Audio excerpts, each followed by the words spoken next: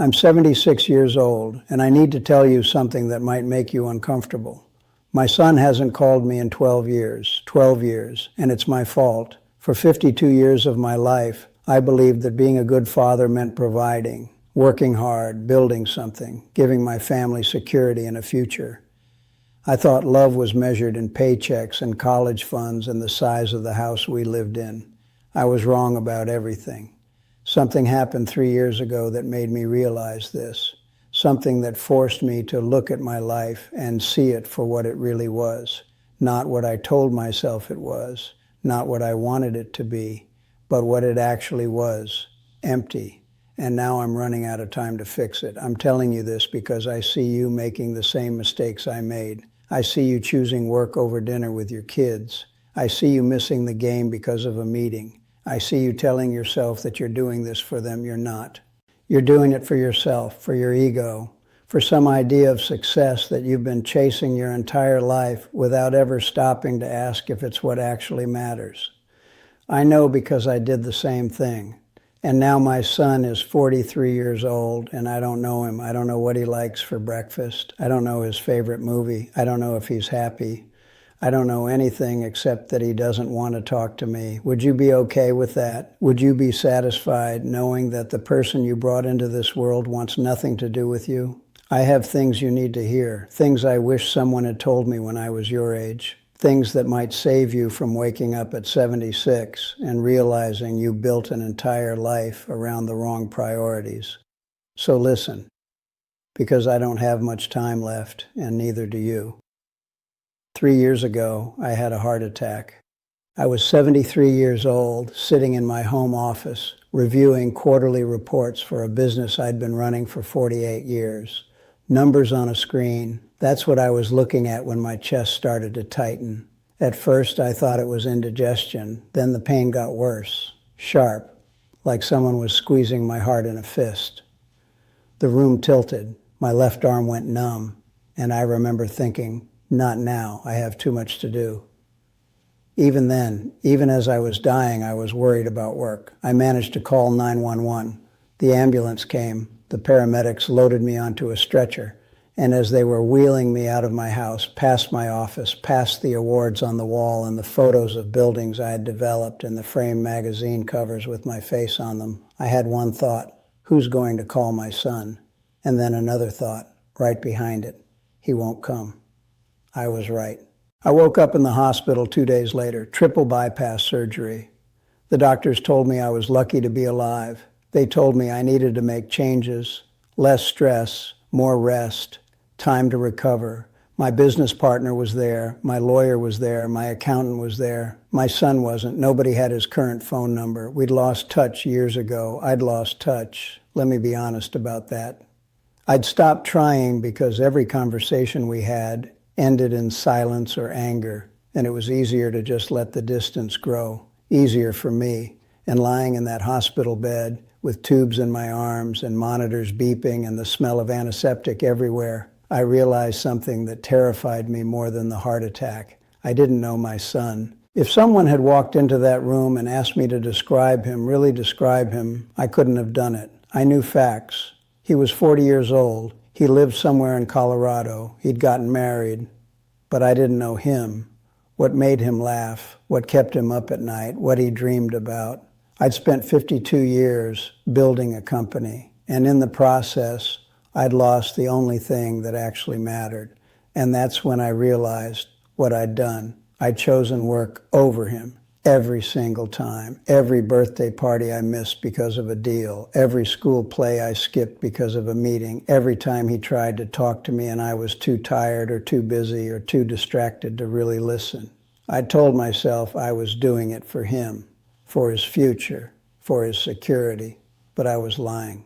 I was doing it because work was easier than being a father. Work had clear rules. Work gave me immediate feedback. Work made me feel important and successful and like I mattered. Being a father was hard. It was messy. It required vulnerability and patience and being present, truly present, not just physically in the room, but emotionally available. And I'd chosen the easier path for 52 years. Let me tell you how it happened. how I let 52 years slip away. It started when my son was born. I was 24, young, ambitious, terrified. I had this new baby, this new responsibility, and I thought, I need to provide. I need to build something. When I have enough money, then I'll relax. Then I'll have time for him. So I worked 80-hour weeks, 90-hour weeks. I built my first development, then my second, then my third. The company grew, the money came, and I thought, just a little more, just until we're stable. When we hit this revenue goal, then I'll slow down. We hit the goal. I didn't slow down. When my son was 5, I missed his birthday party because I was closing a deal in Dallas. I remember calling home that night and hearing him ask, "Where's Daddy?" And my wife told him I was working.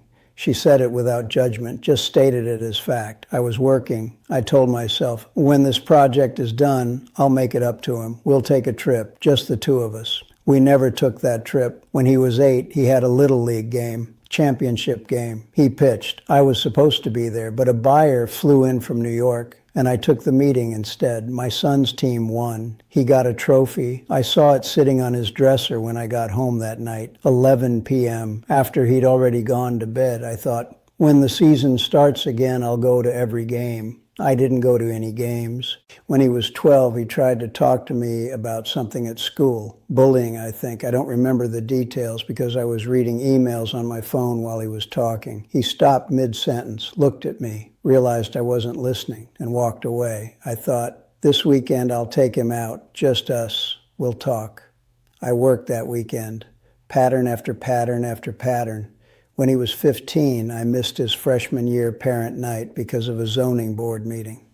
When he was 17, I missed his high school graduation dinner because I was on a conference call with investors. When he was 19, he tried to tell me he was thinking about changing his major, and I gave him a 10-minute lecture about practical career choices without ever asking what he wanted. I thought I was teaching him about responsibility. I was teaching him that work was more important than he was. When he was 22, he stopped calling as much. When he was 25, he moved to Colorado without telling me he was moving until after he'd left. When he was 29, he got married, and I found out from his mother, my ex-wife, 3 weeks after the wedding. I wasn't invited. And you know what I did? I told myself it was fine, that we drifted apart naturally, that it happens with all fathers and sons, that he was busy with his own life now. I made it his fault in my head, because the alternative, admitting it was my fault, was too painful. So I waited. I thought, eventually he'll come around. Eventually he'll realize I was just trying to do my best. When he has his own kids, then he'll understand. But you know what? He did have kids, 2 of them, my grandchildren. I've seen them in photos on social media accounts I check from profiles I'm not connected to. I've never met them. And I kept waiting, kept thinking, one day we'll fix this. Until I woke up in that hospital bed at 73 years old and realized something. One day never comes. Let me tell you the biggest lie you're probably telling yourself right now. I have time. I'll make it up to them later. When work calms down, then I'll be present. When I hit this goal, then I'll focus on family. When they're older, they'll understand. Let me save you 52 years of regret with one simple truth. That day never comes. The work never calms down. The goals keep moving. The excuses keep coming. And before you know it, your kids are grown and they don't need you anymore. They don't want you anymore. And you can't go back.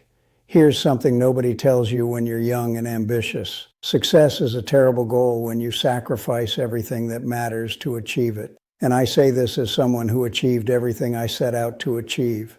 I built a $200 million company from nothing. I developed 37 commercial properties. I was on the cover of business magazines. I won awards. I was respected and feared and admired in my industry. And you know what? None of it mattered. None of it. Because at the end of the day, I'm 76 years old, sitting in a house that's too big for one person, looking at awards that don't mean anything, knowing that my son wants nothing to do with me. Is that success? Would you call that a successful life?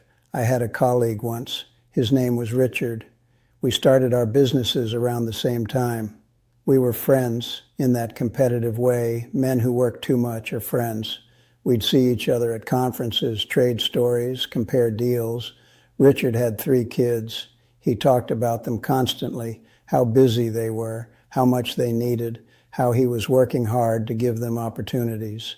The same things I told myself. Richard died 4 years ago. Heart attack at his desk. He was 68. I went to his funeral. His oldest daughter gave the eulogy. She stood up there crying and she said, "My father was a successful businessman. Everyone respected him, but I barely knew him." She said he missed every recital, every parent-teacher conference, every family dinner. She said he was always working, always on his phone, always too busy. She said she used to think he didn't love them. Now she realizes he just didn't know how. I sat in that church and listened to her describe my life, word for word, moment for moment. Richard and I lived the same life, made the same choices. And at his funeral, nobody talked about his deals. Nobody mentioned his accomplishments. His kids just wanted their dad. And they never got him. Is that the legacy you want? Do you want your kids standing at your funeral crying because they never really knew you? Because that's where this path leads. That's where these choices take you. I know what you're thinking. But I'm providing for them. I'm giving them a good life. I'm working hard so they have opportunities I didn't have. I told myself the same things. And my son doesn't talk to me, so who was I really working for? You know what keeps me up at night? Not the business deals I lost, not the money I didn't make, not the properties I didn't develop. It's the moments I missed. The trip to Yellowstone we never took because I was in the middle of a negotiation. My son was 10. He'd been reading about it in school, bears and geysers and mountains. He wanted to go so badly. We planned it, picked dates, and then I canceled 3 days before because a buyer wanted to meet. I told him we'd reschedule. We never went. He's 43 now. I wonder if he even remembers wanting to go. I wonder if he remembers me promising. I wonder if that was one of the moments he stopped believing my promises meant anything. The book we never read together. Where the Red Fern Grows. His teacher assigned it in 5th grade. He asked if we could read it together, a chapter each night, and I said yes. We read 3 chapters. Then I got busy with a project. Then I was too tired. Then I forgot we were even doing it. He finished it alone. I never asked him how it ended. The conversation we never had when he was 16. He came to me, sat down across from my desk. I could tell something was wrong. He was nervous, fidgeting, and he started to say something about a girl at school, about feeling confused, about needing advice. And my phone rang. I took the call. When I hung up 15 minutes later, he was gone, and we never talked about it. I never asked, never followed up, never gave him the space to try again. What was so important about that phone call? I don't remember. I don't remember the person's name or what we discussed or why it couldn't wait 15 minutes. But I remember my son's face when I answered, the way he looked down, the way he stood up and walked out. I remember that perfectly. The college visits I didn't go on with him. His mother took him, all of them, 5 different schools across 2 different states. And I stayed home and worked. I told myself he didn't need me there, that it was just looking at campuses, that he and his mother could handle it. But he asked me to come, and I said I was too busy. The argument we had when he was 24, he'd been working at my company for 2 years, doing good work, but he came to me and said he wanted to leave, that he wanted to try something else, something creative, photography, I think, and I lost it. I told him he was throwing away an opportunity, that he was being irresponsible, that he didn't understand how good he had it.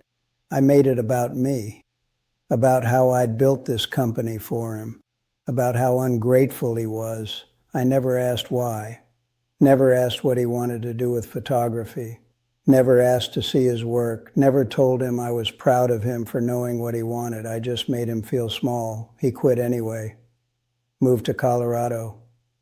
And I didn't talk to him for 6 months because I was angry, because my ego was hurt, because he'd rejected what I'd built, the wedding I wasn't invited to. That one's not really a regret I can list like the others because I didn't choose to miss it. He chose for me to miss it by not inviting me. But that's the consequence of all the other regrets, isn't it? All those missed moments, all those broken promises, all those times I chose something else over him. They added up. And eventually he decided he was done giving me chances. After the heart attack, I made changes, not immediately. At first, I went right back to work, told myself I just needed to be more careful, less stress, delegate more, but keep going. Then 6 months later, I was sitting in my office late one night. Everyone else had gone home, and I looked around at the empty building, the dark windows, the silence, and I thought, what am I doing? I was 73 years old. I'd already had one heart attack. The doctors told me I was living on borrowed time, and I was still sitting in an office alone, working on deals that ultimately didn't matter. For what? For who? So I made a decision. I stepped back from the company, not all the way, but significantly. I brought in a CEO, someone younger, smarter, hungrier. I moved myself to chairman advisory role, meetings twice a month instead of every day. It was terrifying. For 52 years, my identity had been my work. I was my company, and suddenly I wasn't anymore. I didn't know who I was, so I started figuring it out. I took a writing class at the community college. I'd always thought about writing, memoirs, business lessons, something. But I'd never had time. Now I had nothing but time. I started going to the gym. Actually going, not just paying for a membership I never used, physical therapy at first, then real workouts, getting stronger, taking care of the body I'd ignored for decades. I traveled, small trips at first, weekend drives, then longer. I went to national parks. I went to cities I'd flown into for business but never actually seen. I went places just because I wanted to, not because there was a meeting or a deal. And I tried to reach out to my son. I sent him a letter, a real letter, handwritten, not an email. I told him I was sorry, that I'd been a terrible father, that I understood why he didn't want to talk to me, that I didn't expect forgiveness, but I wanted him to know I finally understood what I'd done. He didn't respond. I tried calling. His mother gave me his number. The phone rang 5 times and went to voicemail. I left a message, said I'd like to talk if he was willing, that I understood if he wasn't. He didn't call back. I sent birthday cards to my grandchildren, kids I'd never met. I didn't know what they liked, so I sent money and notes that said their grandpa was thinking about them. I don't know if they ever got them, but I keep trying. Not because I think he'll forgive me. I'm not sure I deserve forgiveness, but because I can't live with myself if I don't try. If I spend whatever time I have left just accepting that this is how it ends. And here's the strange thing. I'm happier now at 76, with less time ahead of me, knowing my son won't talk to me than I was at 50, when I thought I had everything figured out. Because at least now I'm living honestly. I'm not pretending work matters more than people. I'm not lying to myself about priorities. I'm not putting off life for some future moment that never comes. I'm just living, finally. The irony isn't lost on me. I figured out how to live just when I'm running out of time to do it. So let me ask you something. If you died tomorrow, would you be satisfied with the life you've lived so far? Not would people be impressed by your eulogy. Not did you achieve enough. Not did you make enough money or get enough promotions or accomplish enough goals.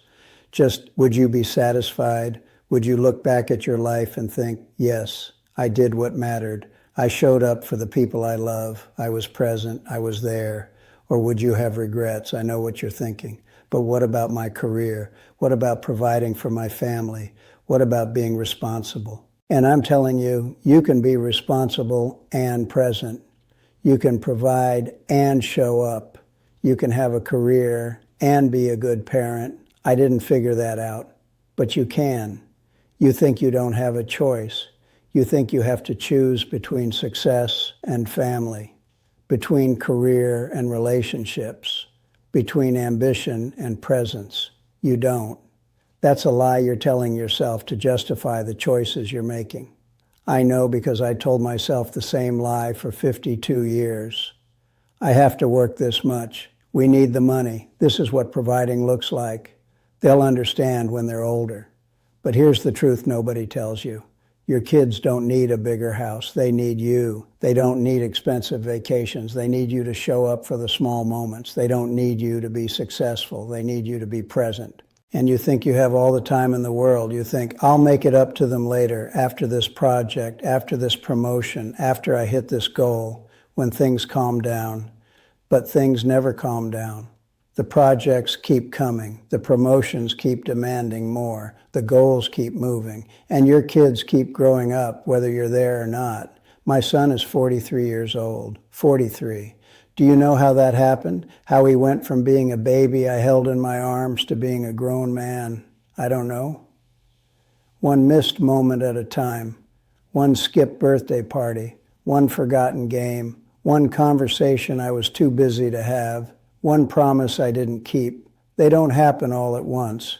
You don't wake up one day and realize you've lost your relationship with your child. It happens slowly, gradually, one choice at a time. And by the time you notice, it's too late. Don't take 52 years to learn this. Don't wait until you're 76 and your kid won't talk to you. Don't wait until you're lying in a hospital bed wondering who to call. Learn it now, today, this moment. Your younger self is depending on you to make different choices, and your older self will either thank you or resent you. The decision is yours. If I could go back and talk to my 30-year-old self, here's what I would say. Stop. Stop telling yourself you're doing this for them. You're doing it for yourself, for your ego, for some imaginary future where you'll finally feel successful enough to relax. That future doesn't exist. Stop taking calls during dinner. Stop checking emails during conversations. Stop saying just 1 minute when your kid wants to show you something. That minute turns into an hour. That hour turns into a lifetime of missed connections. Stop thinking you'll make it up to them later. You won't. Later never comes. The moment is now. The only moment that matters is right now. Stop prioritizing everything else over the people who matter most. The meeting can wait. The email can wait. The call can wait. Your kid can't. Your kid is growing up right now, whether you're paying attention or not. Start saying no to work. I know it's scary. I know you think you'll fall behind or lose opportunities or disappoint people, but the only people who matter are the ones sitting at your dinner table waiting for you to be present. Start showing up. Actually showing up, not just physically being there while your mind is somewhere else.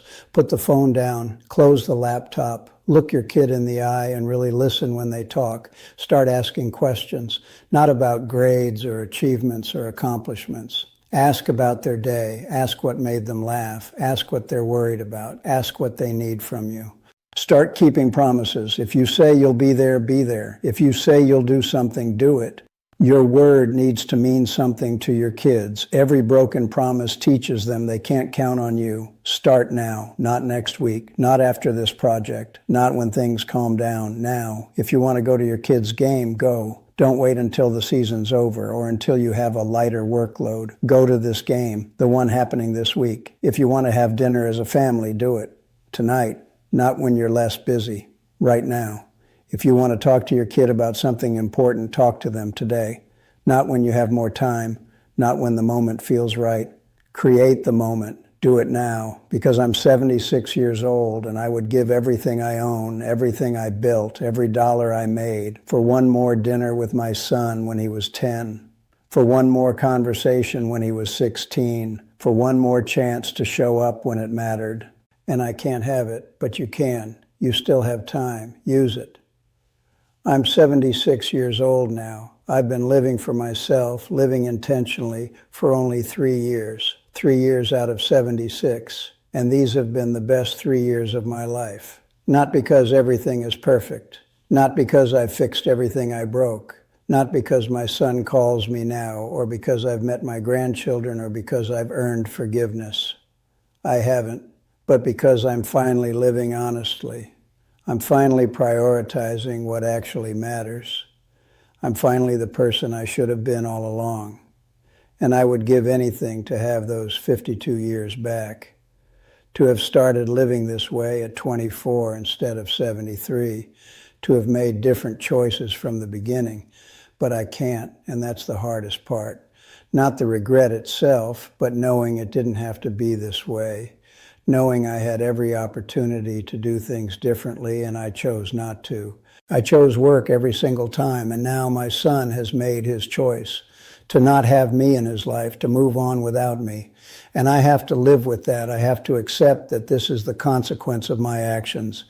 Some things can't be fixed, some relationships can't be repaired, some damage is permanent. I hope you never have to learn that the way I did. The irony is, when you finally understand that time is limited, you start to actually live. You stop wasting it. You stop postponing joy. You stop telling yourself you'll do it later. You do it now. I just wish I'd understood that sooner. You have a choice right now, today. Keep living the way you're living, chasing success, putting off presents, telling yourself you'll make time later, convincing yourself that work is how you show love, or wake up. Realize that time is running out faster than you think, that your kids are growing up whether you're there or not, that the life you're waiting to live needs to start now. Not someday, now, because someday is a lie, someday never comes. Someday is what you tell yourself when you're not ready to change, when you're not ready to admit you've been doing it wrong. But I'm telling you, from the other side of 52 wasted years, someday needs to be today. The permission is granted. You don't need to wait until you're successful enough or rich enough or accomplished enough. You don't need to wait until work calms down or until you hit your goals or until things are perfect. Be present now. Show up now. Love now. The clock is ticking for all of us. And you don't know how much time you have left with your kids, with your parents, with the people who matter. I thought I had time. I didn't. Don't make my mistake. If this resonates with you, I hope you'll share it. Not for me, but for every person who needs to hear this, for every parent who's telling themselves they'll make it up to their kids later, for every workaholic who thinks success will fill the emptiness. It won't. Subscribe, because I have more truths to share and not much time left to share them. Leave a comment.